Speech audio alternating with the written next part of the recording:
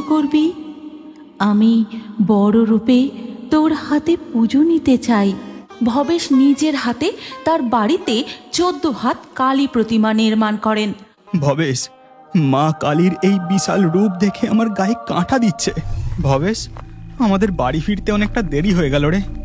চারিদিকটা কেমন ঘুটঘুটে অন্ধকার, আমার কেমন যেন ভয় করছে। কিচ্ছু হবে না, অত ভয়ের কি আছে? মনে মনে মায়ের নাম করতে করতে এগিয়ে চল। তোরা আর যাই বলিস, রাসের মেলায় রাধা কৃষ্ণের প্রতিমাগুলো কি বিশাল বিশাল আকারের।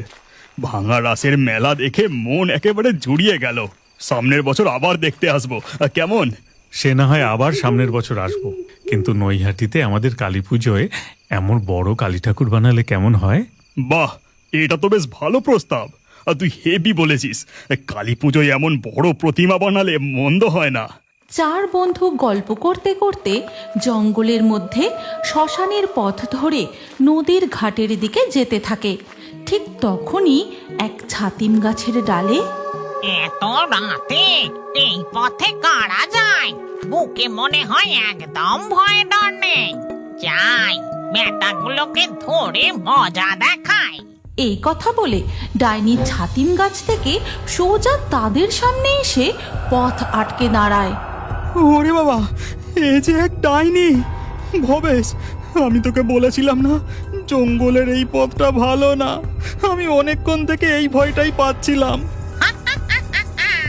নিশুতি রাতে জঙ্গলের পথে গাছের ডালে ডালে শাকচুন্নি পেতনিরা জাগে।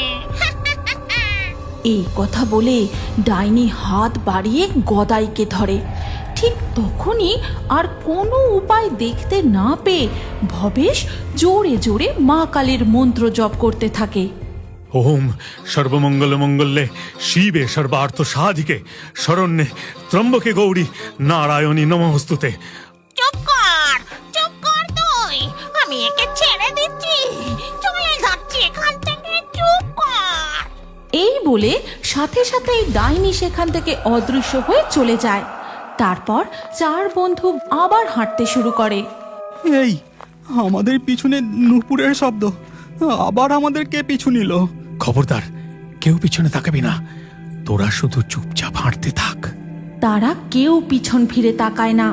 দেখা যায় তাদের পিছু পিছু কে যেন নূপুর পায়ে হেঁটে চলেছে।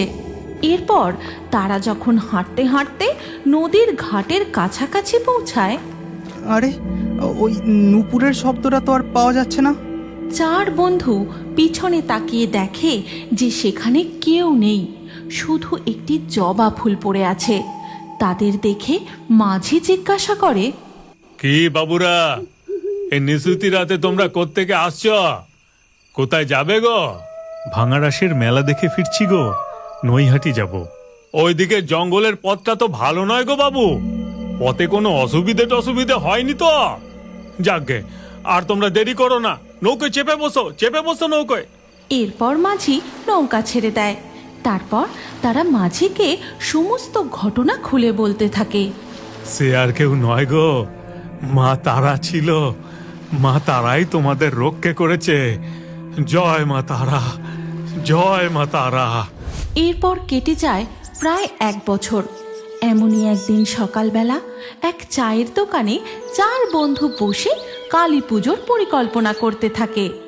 ভবেশ, কালী পুজো আর বেশি দিন নেই রে, আমাদের এবার কাজ শুরু করতে হবে। শুরু তো করব, কিন্তু এবারে কাছে যে বেশি টাকা পয়সা নেই রে, কি করে কি হবে কি জানি। ভবেশ, ও সব তুই চিন্তা করিস না, সব হয়ে যাবে। আমরা ঠিক সব ব্যবস্থা করে ফেলবো।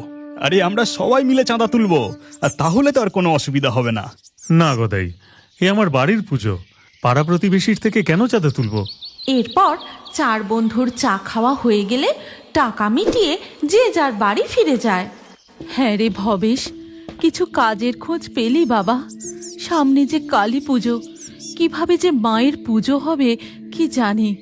অনেক কলকারখানায় কাজের খোঁজ করলাম গো মা, কিন্তু সবাই ওই একই কথা বলে, এখন কোনো কাজ নেই। হে মা তারা, আমার ছেলেটার কিছু একটা কাজের ব্যবস্থা করে দাও। এই দরিদ্র সংসারে একটু মুখ তুলে চাও মা। এরপর ধীরে ধীরে বিকেল গড়িয়ে রাত হয়ে যায়। গভীর রাতে সবাই যখন ঘুমিয়ে তখন হঠাৎ, ভবেশ, ভবেশ, তুই সেই কথা ভুলে গেলি নাকি? বলেছিলিস না তুই আমাকে অনেক বড় রূপে পুজো করবি। আমি বড় রূপে তোর হাতে পুজো নিতে চাই। ভবেশ, ভবেশ।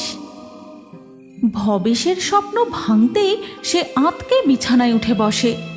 মা কালীর এমন স্বপ্ন দেখে ভবেশ মনে মনে বলে, সত্যি তো, গতবারের নবদ্বীপের রাসের মেলা দেখে ফেরার সময় আমরা বলেছিলাম বটে যে অনেক বড় কালী মূর্তির পূজা করব। জয় মা তারা, জয় মা তারা। সেই রাতে ভবেশের আর ঘুম আসে না। এরপর ধীরে ধীরে সকাল হয়ে যায়। সকালবেলা ভবেশ যখন চাকরির খোঁজে বাড়ি থেকে বেরোতে যাবে তখন, দাঁড়া বাবা, দুমুঠো কিছু খেয়ে যা। না মা, আজ অনেকগুলো কারখানায় খোঁজ নিতে যেতে হবে, দেরি হয়ে যাচ্ছে মা, আমি এলাম। হে মা তারা করুণাময়ী, তুমি ছেলেটার একটা চাকরির ব্যবস্থা করে দাও মা। এরপর ভবেশ বাড়ি থেকে বেরিয়ে একের পর এক কলকারখানায় চাকরির জন্য খোঁজ নিতে থাকে, কিন্তু সব জায়গাতেই তাকে হতাশ হয়ে ফিরতে হয়। ক্লান্ত হয়ে সে যখন একটি চায়ের দোকানে বসে চা পান করছিল, ঠিক তখনই একটি মেয়ে তার কাছে আসে। বাবু, ও বাবু, আমাকে একটি বিস্কুট কিনে দেবে গো? দেখো না, আমি এই কাগজের টুকরোটা দোকানদারকে দিলে সে আমাকে বকা দিয়ে তাড়িয়ে দেয়, একটাও বিস্কুট দেয় না। আরে পাগলি, এটা যে একটা খবরের কাগজের টুকরো, এটা কোনো টাকা নয়। আচ্ছা বেশ, তোর এই কাগজের টুকরোটা আমাকে দে, আমি তোকে বিস্কুট খাওয়াচ্ছি। ঠিক আছে গো, এই নাও, এই নাও। ভবেশ মেয়েটির কাছ থেকে খবরের কাগজের টুকরোটা নেয়। তারপর সে দোকানদারকে বলে, দাদা, দুটো ওই ভালো বিস্কুটটা দাও তো। এরপর ভবেশ বিস্কুট নিয়ে মেয়েটাকে দেয়। বিস্কুট পেয়ে তো সে খুব খুশি। মনের আনন্দে সে চায়ের দোকান থেকে চলে যায়। ভবেশ বসে মেয়েটির দেওয়া খবরের কাগজের টুকরোটি দেখতেই সে লক্ষ্য করে, আরে, এখানে যে চাকরির বিজ্ঞাপনের খবর দেওয়া, আমি এত খোঁজ করলাম কিন্তু এই পাটকলেই তো যাওয়া হয়নি, এটা তো একদম কাছেই। ভবেশ আর এক মুহূর্ত দেরি না করে সেই পাটকলে ছুটে যায়। সেখানে তার লেখাপড়ার সমস্ত কাগজ দেখাতেই, আমরা তো তোমার মতোই একজন শিক্ষিত লোক খুঁজছিলাম, তুমি কালকে থেকেই আমাদের অফিসে জয়েন করো। হ্যাঁ, অবশ্যই, আমি কালকেই জয়েন করব। ভবেশ নতুন চাকরি পাওয়ার খুশিতে সোজা বাড়ি ফিরে যায়। তারপর তার মাকে আজকের আশ্চর্য ঘটনার কথা খুলে বলে। হ্যাঁ রে, ওই মেয়ের পায়ে লাল আলতা আর কপালে লাল টিপ ছিল কি? হ্যাঁ ছিল তো, সে আবার এমন কি কথা, ছেলে মানুষ তাই পায়ে আলতা কপালে টিপ পরে সেজেছে। ও ভবেশ, তুই যে তাকে কাছে পেয়েও চিনতে পারিসনি রে বাবা। আজ মা স্বয়ং এসে তোর চাকরির ব্যবস্থা করেছেন। জয় মা তারা, জয় মা করুণাময়ী। এরপর ধীরে ধীরে কালী পুজোর দিন এগিয়ে আসতে থাকে। মা কালীর স্বপ্নাদেশ মতো ভবেশ নিজের হাতে তার বাড়িতে 14 হাত কালী প্রতিমা নির্মাণ করেন। ভবেশের বন্ধুরাও তাকে হাতে হাতে সাহায্য করে। ভবেশ, মা কালীর এই বিশাল রূপ দেখে আমার গায়ে কাঁটা দিচ্ছে। পদ্মের ন্যায় তার চোখ। ডান দিকের উপরের হস্ত দিয়ে মা আশীর্বাদ করছেন, তার নিচের হস্তে মা জল ভরা সন্দেশ ধারণ করেছেন। বাম দিকের উপরের হস্তে ধারণ করেছেন তার খাঁড়া, আর নিচের হস্তে ধারণ করেছেন পাপিষ্ঠের মস্তক। এরপর ভবেশ মা কালীর পূজা শুরু করেন।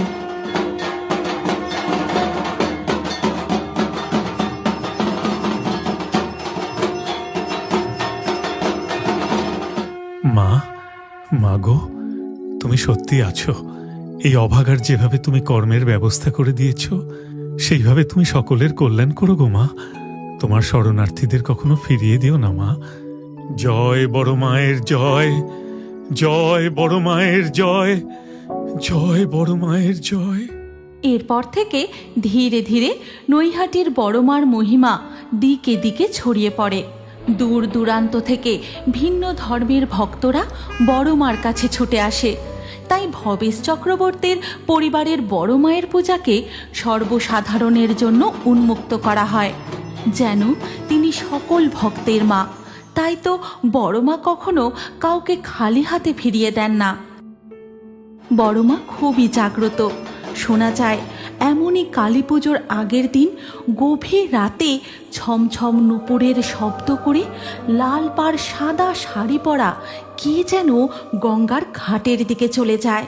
তোমরা যদি নৈহাটির বড়মার এমনই আরও অলৌকিক ঘটনার কার্টুন দেখতে চাও, তাহলে কমেন্টে নেক্সট পার্ট অবশ্যই লিখো। আর এই ভিডিওটিও তোমার প্রিয়জন ও পরিবারের সাথে অবশ্যই শেয়ার করে পাঠিয়ে দিও।